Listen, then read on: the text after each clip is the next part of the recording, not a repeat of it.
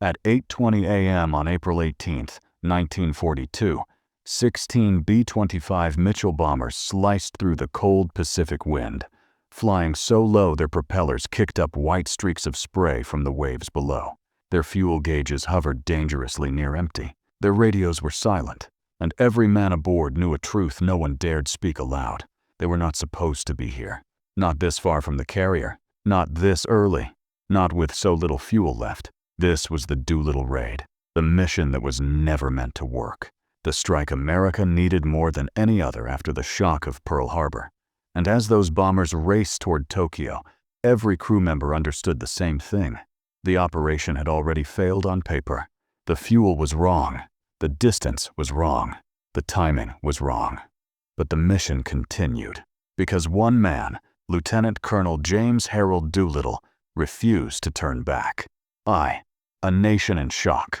The winter following Pearl Harbor was one the United States had never experienced before. Not even during the First World War, America was angry, humiliated, and frightened. Overnight, families began sealing their windows with tape and keeping radios on through the night. Newspapers printed maps of the Pacific, showing red arrows pointing toward the West Coast. Politicians warned of Japanese invasion. Coast Guard patrols searched the shoreline for enemy subs. In the weeks after December 7, 1941, nearly every corner of American society demanded retaliation. The public didn't just want a military response. They wanted proof. Proof that Japan was not untouchable. Proof that America could strike back. Proof that the world's largest democracy had not been caught permanently asleep. Inside the White House, President Franklin D. Roosevelt listened to these concerns with visible tension. According to staff memoirs, Roosevelt paced more in those weeks than at any other time in the war. He constantly asked his Joint Chiefs for options, any options, that might show the Japanese Empire that America had claws. Most of those options were dismissed within minutes. Japan's Navy controlled the Western Pacific. Their defensive perimeter stretched over thousands of miles. American bombers couldn't reach Tokyo from any known base. And even if they could, the United States had no aircraft in the Pacific capable of flying to Japan and then returning safely. There simply was no way to hit Japan. At least, not until one stubborn, brilliant, eagle-eyed aviator walked into the War Department with a proposal that sounded insane. 2.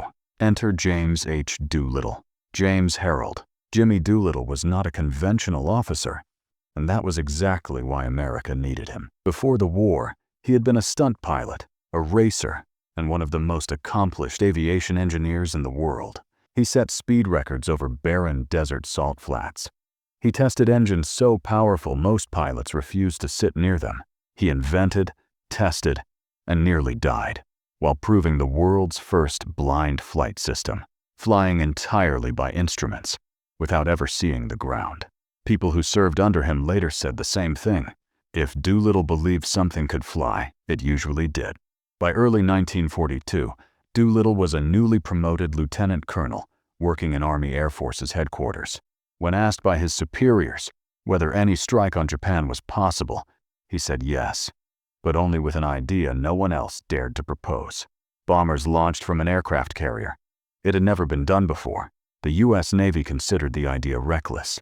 The Army Air Forces considered it impractical, and Japanese planners believed it was impossible. The size, weight, and fuel requirements of medium bombers made carrier takeoffs absurdly dangerous. A single mistake could send a bomber crashing into the bow of the carrier, igniting fuel and ammunition, crippling the fleet. But Doolittle insisted it could work. He believed the B-25 Mitchell, a relatively new bomber, could take off from a carrier deck if its weight was drastically reduced, its fuel capacity modified, and its pilots trained to trust the aircraft in ways no manual ever described. He argued that 16 B-25s could take off one by one, fly low over the Pacific to avoid detection, and reach Japan for a surprise strike before escaping toward China. There would be no return to the carrier. Every man would have to crash land in China or bail out in the dark. His superiors asked if he understood what he was proposing. He did. The mission's chances of success were so low that, according to Doolittle's own accounts, He believed he would be court-martialed afterward. He was fully aware that he was risking his entire career and the lives of 80 men on a concept that had never been tested in combat. But when Roosevelt was briefed, he approved the plan immediately. He didn't ask about risk. He didn't ask about cost. He simply asked one question: when can we do it? 3. Planning the impossible Doolittle's plan, now officially designated Special Aviation Project No. 1, moved quickly but secretly. Even within the Army and Navy, only a small circle of officers knew its true purpose.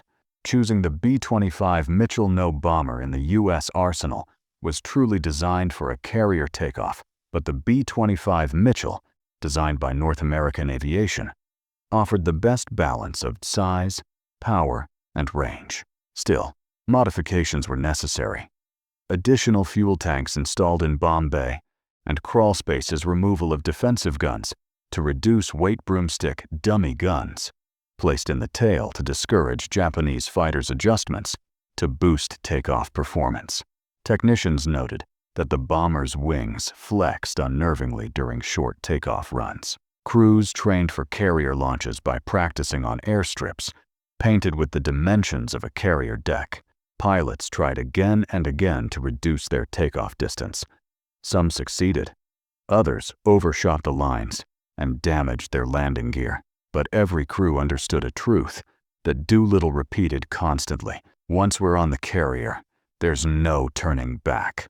Recruitment of the raiders. Doolittle requested volunteers without explaining what the mission was. Men from the 17th Bomb Group stepped forward eagerly. Some believed they were training for a secret Arctic mission. Others thought they were being prepared to deploy in Europe. None were told the real destination until they were already deep into training. Yet when Doolittle finally revealed the plan, a bombing strike on Tokyo itself, not a single man withdrew. According to diaries later found from crew members, the room fell silent when Tokyo was mentioned. Some felt fear, others excitement, but all understood the symbolic weight of retaliating directly after Pearl Harbor. Crewman Jacob DeShazer later wrote, "We weren't just flying a mission, we were carrying the anger of a nation." 4. For USS Hornet, the floating runway. In early April 1942, 16 modified B-25s rolled onto the deck of the USS Hornet, CV-8, one of the newest American carriers. Navy sailors watched with disbelief. Most had never seen a medium bomber on a flight deck. The bombers barely fit. Their wingtips hung over the edges. Their tires left black streaks across the wooden planks. The moment photographs were taken of B-25s on the deck, secrecy collapsed among the crew. Sailors whispered to one another, "We're going to hit Japan. We have to be." On April 13th, the Hornet sailed from San Francisco, escorted by cruisers and destroyers. After 2 days at sea, the fleet rendezvoused with Vice Admiral William Halsey's Task Force 16, including the USS Enterprise. The scene was surreal. A Navy carrier task force protecting an Army bomber squadron. Doolittle insisted on personally training the crews even while on board. He checked fuel lines, recalibrated altimeters, and walked the deck with a kind of restless precision. Crewmen noted that he barely slept. Privately, he confessed to a fellow officer, "This may be the last thing I ever command." The mission compromised. According to official records, the strike was supposed to commence when the carrier group reached approximately 450 miles off the coast of Japan. That distance would allow bombers to hit their targets and still have enough fuel to glide toward airfields in China. But at dawn on April 18, 1942, still nearly 650 miles from Japan, the task force encountered Japanese picket boats.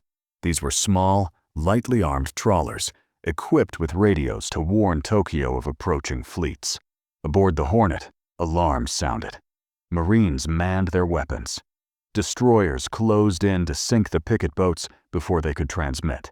Several were quickly neutralized, but one vessel, the Nito Maru, managed to send a partial warning before being destroyed. Admiral Halsey understood the danger immediately. The task force was now exposed. Japanese forces could be mobilizing. Carrier-based counterstrikes were possible, Every minute lost would put the fleet at risk of annihilation. Doolittle was summoned to the flag bridge. According to witnesses, Halsey looked grave. "Colonel, you'll have to go now." Doolittle stared out at the horizon. The seas were rough. The wind was gusting erratically. And the distance, nearly 200 extra miles, made fuel margins catastrophic. But he didn't hesitate.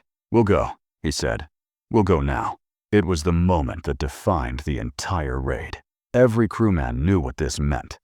Reaching Chinese airfields was now nearly impossible. They would likely crash into high mountains or be forced to bail out into darkness, storms, and hostile territory. Doolittle ordered the men to their planes. The deck crew began clearing space. Sailors tied down loose equipment, and at 8:20 a.m., the first bomber, Doolittle's own, rolled to the bow of the Hornet. With the ocean rising and falling beneath him, Doolittle throttled his engines. There was no path back, only forward.